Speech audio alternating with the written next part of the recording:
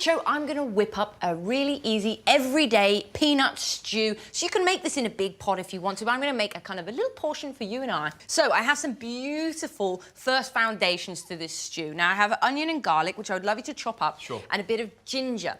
Now I'm gonna use a special pan today that's really made for gentle cooking. Now us nutritionists like that because it means it retains those nutrients a little bit more than just going for it, you know? So nice and slow, steady. Oh, so the other pans that go for it for me and the gentle ones to retain nutrients for you. A little bit gentle. So I'm just going to put the heat on. Now, the great thing about this pan is that it's really good for beginners because there is a thermo spot here that when it changes colour, it tells you the pan is ready to go, which is brilliant. But it's always helped a little bit with a bit of good extra virgin olive oil just on there.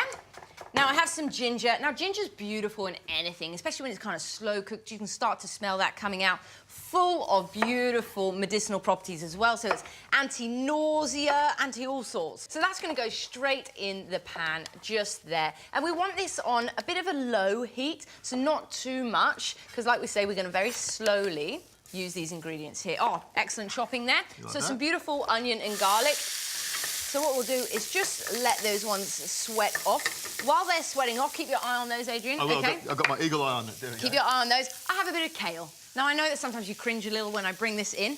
I'm just going to show you and remind you how to cook kale. Now, where people go wrong is they cook it with this horrible barky bit on there. Nobody likes that, not even trained nutritionists. Well, you could throw the whole thing out and start with something like spinach. No. That would be better, wouldn't it? Well, you could do that, but kale is beautiful. It's wonderful. It's full of iron. All this lovely green means it's got chlorophyll in it, which means basically it's anti-aging. It's exactly what we want. So we want to rip that off so there is none of that chewy bit on there. Now I'm going to stick a little bit of this kale on that, just fry that off a little. And what we are going to do, we are going to slowly cook this so that this lovely chunk of sweet potato will cook. So we want that to be very, very small there. Now I have some chopped tomatoes here. Were you going to say something, Adrian? I thought you slowed. That means I should make a cup of tea and we should have a little. Not that slow. We're about somewhere in the middle. Nice, okay. Somewhere in the middle there. So a little bit of chopped tomato. Now, of course, it can't be a peanut stew without peanuts. Now, you can crush them and things like that. We can put some, actually, like this, because the great thing is when you cook with nuts, they do soften and there's a nice crunch that's still there. But I'm just going to hack it. And I have a bit of peanut butter here. Gone for crunchy again, but you can use whatever is just lingering in your cupboard. Nice. You can clear the cupboard out as well with veggies as well here. So you've gone for the chunky peanut butter? For the chunky peanut right there. Oh, okay. Now there's a bit of black pepper just over there. If you could just hand that one over to me. Put it straight in for you. Yes, please. I'm going to put a generous amount of Murray River salt flakes just in there. Now we need a few spices as well. I mean, you can have it just like that, but it is nice to infuse it with a few things. So I have beautiful cumin. We love this spice, don't we? I've got peanut butter in my mouth. I can't talk. Oh, have a bit of that as well. It smells good. There we go.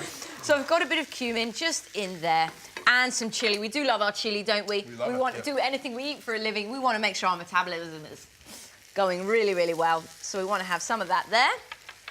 And what we'll do is we'll just let that one sweat off a little bit. We'll plop some of that sweet potato in there. Put it in now? Yes, please. Okay, there we go. Now, we obviously need a bit more liquid to make sure that we do cook that sweet potato, and it has a little swimming pool to cook with. We keep talking about swimming pools. I love swimming pools. We must be in West Africa. I've got you on the swimming pool there. So I have some beautiful vegetable broth just here, but you can use chicken or beef or whatever you've got here. But this is, I've taken the opportunity to make a vegan dish right here. So what I'm going to do is just let that one cook away. Meanwhile, we're going to put a bit of quinoa on so we have a nice little grainy side, and then we'll bring it all together and have a taste.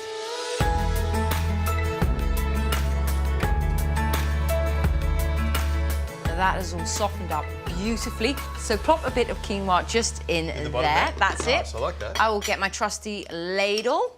Now, I love that there's actually whole peanuts in here, that you will still get that kind of crunch, but it's soft, easy on the teeth. Grandma can handle it as well, which is great. I love that. So a few extra peanuts just on the top there, more for aesthetic reasons, really, but adds a nice crunch too. Coriander as well. That's it, and all we've got now is to have a little taste. It's really delicious. The sweetness of the potato has already come through it. It's got a bit of sweetness to it. It's really delicious. I love it. Well done. That's beautiful. The peanut butter's kind of acted a bit like the tomato paste. It's richened things up a bit, but then it's given that, obviously, iconic peanut butter flavour. That is divine.